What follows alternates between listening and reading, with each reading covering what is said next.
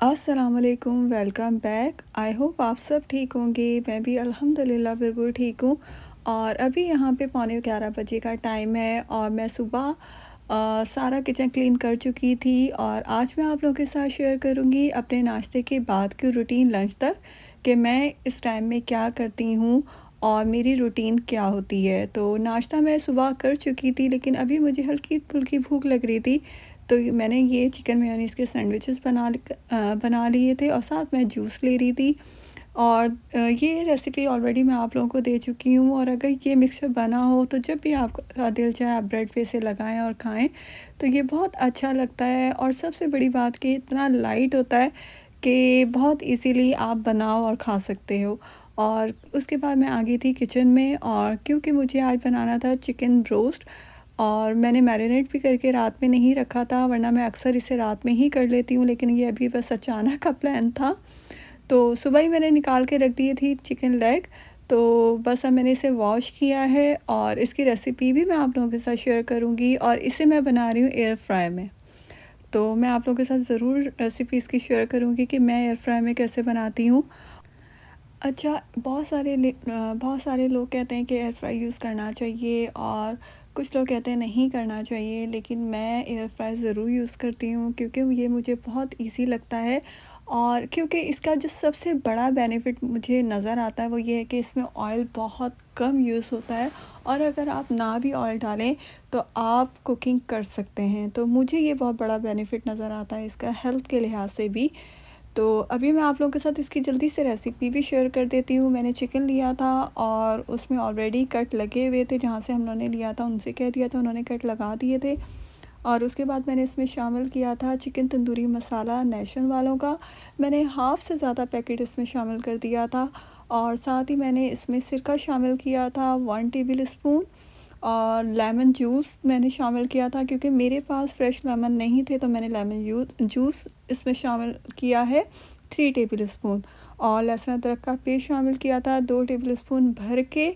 और साथ ही मैंने 2 टेबल स्पून इसमें योगर्ट के शामिल किए थे, और 1.5 टेबल स्पून मैंने इसमें जो गार्लिक पाउडर होता है ना वो यूज़ किया था। और आप लोग ज़रूर गार्लिक पाउडर यूज़ किया करें जब भी आप कोई बारबेक्यू टाइप की चीज़ बना रहे होते हैं, तो उसमें इसका फ्लेवर बहुत ज़्यादा अच्छा आता है गार्लिक पाउडर का। अगर आप लोग यूज़ नहीं करते तो नेक्स्ट टाइम आप लोग यूज़ करके देखिएगा और मुझे बताइएगा, तो आप लोगों को ख़ुद फ्लेवर बहुत अच्छा लगेगा। अच्छा, बाद में मुझे विनेगर ज़रा कम लगा था, तो मैंने इसमें 1 टेबल स्पून और ऐड कर दिया था, और फिर मैंने इसे कवर करके रख दिया था 2 घंटे के लिए। और अभी यहाँ पे मैं क्या कर रही हूँ, यहाँ पे मैं जितने भी हमारे डिस्पोजेबल बर्तन होते हैं प्लास्टिक के, और जो कर्टन्स होते हैं, उनको मैं कर रही हूँ अलग बैग में डाल के, क्योंकि आज गार्बेज डे है। और ये जो चीज़ें होती हैं जितनी भी कार्डबोर्ड की चीज़ें या प्लास्टिक की बॉटल्स वगैरह, वो हमें अलग ही बैग में डाल के रखनी होती हैं। और इसके भी दिन होते हैं, वीक में एक दिन होता है जब वो ये लेकर जाते हैं चीज़ें। और अगर हम इसे दूसरे गार्बेज के साथ ही मिक्स करके रख देंगे तो यहाँ पे फ़ाइन लग जाता है। तो यहाँ पे इन चीज़ों की बहुत ही अच्छी मैनेजमेंट है। और इन तमाम कामों से फ़ारिग होने के बाद मैं थोड़ी देर देखती हूँ यूट्यूब चैनल्स को, जो हमारे मुल्क में हालात चल रहे हैं सोशल मीडिया के थ्रू हम लोगों को पता चलता है, और इतना ज़्यादा दिल परेशान होता है।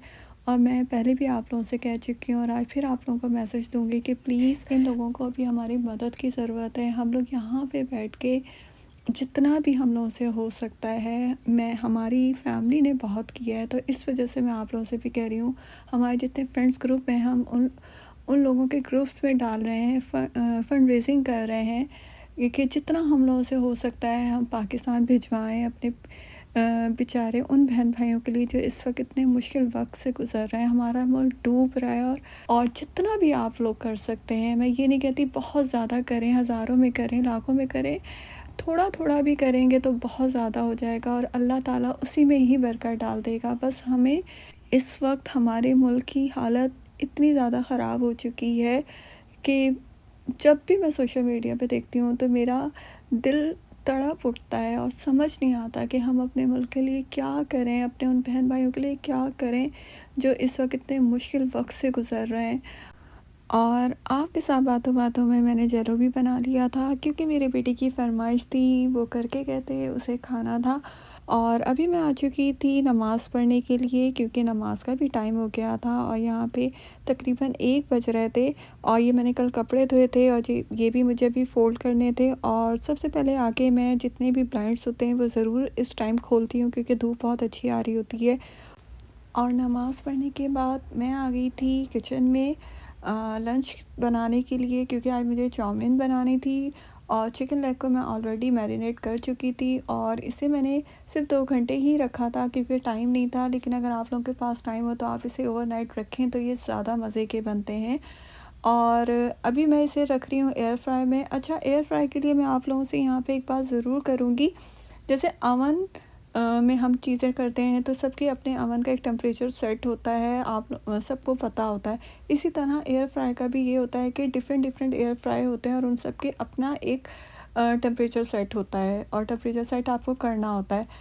और मैंने इसे टेम्परेचर सेट किया था 380 का क्योंकि मेरे पास जो एयर फ्राई है उसमें ऑलरेडी ऑप्शन दिए हुए हैं चिकन का भी, तो मैंने उस पर प्रेस किया था तो ऑटोमेटिकली 380 आ गया था और 25 मिनट्स आ गया था। तो 25 मिनट्स मैंने किया था तो ये देखें इतना कुक हुआ है, एक तरफ से बहुत ही अच्छा कुक हो गया था। 25 मिनट के बाद मैंने इसकी जितनी भी साइड्स थी वो चेंज कर दी थी। अच्छा, मैंने 6 चिकन लेग पे मसाला लगाया था लेकिन मैंने 4 ही बनाई थी, 2 मैंने रख दी थी। और अब मैंने दोबारा इसे कुक करने के लिए रख दिया था 380 पे 50 मिनट के लिए और इतनी देर में ये बिल्कुल अच्छी तरह कुक हो जाएगा। और चाउमीन भी मैंने बॉईल कर ली थी 1 चम्मच ऑयल डाल के और हल्का सा नमक डाल के, और जब वो बॉईल हो गई थी तो मैंने इसे जो तेज़ ठंडा पानी होता है उससे रिंस कर लिया था ताकि आपस में चिपके ना। तो ये भी एक टिप होती है क्योंकि अगर आप इसे ऐसे ही छोड़ देंगे गरम ही तो ये आपस में जुड़ जाएंगी, चिपक जाएंगी। और चाउमीन मैं वेजिटेबल में बना रही हूँ। मैंने यहाँ पे फ्रोज़न वेजिटेबल यूज़ किए हैं, आप लोग फ्रेश भी यूज़ कर सकते हैं। और मैंने एक पैन में हल्का सा ऑयल लिया था और उसमें जो फ्रोज़न वेजिटेबल थी वो शामिल कर दी थी और उनको हल्का सा मैंने स्टर फ्राई किया था। और फिर इसमें मैंने soya sauce, sesame oil, vinegar, कुटी हुई लाल मिर्च और गार्लिक पाउडर, पिसी हुई लाल मिर्च और जो कनौर क्यूब्स होते हैं वो मैंने शामिल कर दिए थे। अच्छा, जो आप लोगों ने सेसमी ऑयल शामिल करना है वो 2 से 3 ड्रॉप्स आप लोगों ने शामिल करने हैं, ज़्यादा इसमें शामिल नहीं कीजिएगा क्योंकि वो बहुत ज़्यादा स्पाइसी होता है। और उसके बाद 2 से 3 मिनट के लिए मैंने इसको तेज़ आंच पे स्टर फ्राई कर लिया था, बहुत ज़्यादा वेजिटेबल को कुक नहीं करना। और फिर जो चाउमीन मैंने बॉईल करके रखी हुई थी वो इसमें शामिल कर दी थी। बहुत ही ये इजी और झटपट बनने वाली रेसिपी है। अच्छा, मुझे सोया सॉस कम लगा था तो मैंने इसमें पहले 1 टेबल स्पून डाला था और फिर मैंने 1 टेबल स्पून उसमें शामिल कर दिया था और बस तेज़ आंच पे मैंने हल्का सा इसको स्टर फ्राई किया था और चाउमीन हमारी रेडी हो चुकी थी क्योंकि इनको बहुत ज़्यादा कुक नहीं करना होता वरना वेजिटेबल आपकी बिल्कुल सॉफ्ट हो जाएंगी। और ये देखें चिकन भी हमारा एयर फ्राई में बन चुका है और कितना अच्छा इसका कलर आया है। आप लोग ख़ुद देखें, ऐसा लग रहा होगा कि जैसे आप लोगों ने इसे बारबेक्यू ग्रिल में किया है। तो मुझे तो एयर फ्राई बहुत अच्छा लगता है। ये मैं भी आप लोगों को देखें अंदर से खोल के भी दिखा रही हूँ चिकन लेग को कि बिल्कुल बहुत ज़्यादा जूसी बना था, बहुत ज़्यादा सॉफ्ट बना था और ना बिल्कुल भी हार्ड नहीं हुआ था। तो मैं रिकमेंड करूँगी एयर फ्राई के लिए, ज़रूर एयर फ्राई में खाना अच्छा बनता है। और देखें ऑयल भी इसमें मैंने बिल्कुल भी यूज़ नहीं किया, बस मैंने शामिल करते हुए इस पर हल्का सा ऑयल का स्प्रे किया था। और जी यहाँ पे अब हम लोग अपना लंच स्टार्ट कर रहे थे क्योंकि मेरे हस्बैंड भी आ चुके थे लंच करने के लिए, तो बस हम लोगों ने यहाँ पे अपना लंच किया। और लंच करने के बाद मैं फिर से आ गई थी किचन में क्योंकि मैं किचन को नीट एंड क्लीन करके ही निकलती हूँ। और यहाँ पे मैंने एयर फ्राई को रख दिया था तेज़ गर्म पानी में सोख करके कि इसमें जो भी चीज़ें लग गई थी वो अच्छी तरह से साफ़ हो जाए। और जब तक वो सोख होगा तो मैं यहाँ पे जितने चूल्हे थे वो साफ़ करी थी। वैसे तो जब मैं प्रॉपर क्लीनिंग होती है वो नाइट टाइम में करती हूँ, लेकिन अभी जो थोड़ा बहुत चूल्हों पे ज़ाहिर है पकाते हुए अगर कुछ गिर जाता है तो मैं उसको साफ़ कर लेती हूँ फ़ौरन ही। क्योंकि मेरी शुरू से रूटीन रही है कि मैं नाइट टाइम में किचन को बहुत ही अच्छे तरीके से प्रॉपर क्लीन करके सोती हूँ कि जब सुबह उठूँ तो मुझे किचन बहुत साफ़ मिले और मुझे काम करने में भी मज़ा आए। और इंशाल्लाह मैं आप लोगों से बहुत जल्द अपनी नाइट रूटीन भी शेयर करूँगी कि मैं नाइट टाइम में मेरी क्या रूटीन होती है और मैं क्या करती हूँ। तो बस यहाँ पे काम भी चल रहा था साथ-साथ, और काम तो ख़त्म होते ही नहीं है। आप जितना भी सोच लें कि काम ख़त्म हो गया, लेकिन काम कभी भी ख़त्म नहीं होते। और बर्तन वॉश करने के बाद मैं यहाँ पे जितना भी काउंटर होता है उसको भी अच्छी तरह वॉश करती हूँ, क्योंकि समर टाइम पे यहाँ पे इतनी ज़्यादा चींटियाँ आ जाती हैं कि हमें काउंटर को फ़ौरन ही बहुत ही अच्छे तरीके से साफ़ करना पड़ता है। और मैं तो दिन में पता नहीं कितनी दफ़ा काउंटर को साफ़ कर लेती हूँ। और किचन हमारा क्लीन हो चुका था, और ये थी मेरी ब्रेकफ़ास्ट करने के बाद से लंच तक की रूटीन, जो कि मैंने आज आप लोगों के साथ शेयर की है। आई होप आप लोगों को आज का व्लॉग बहुत पसंद आया होगा। अपना फ़ीडबैक ज़रूर दीजिएगा। खुदा हाफ़िज़।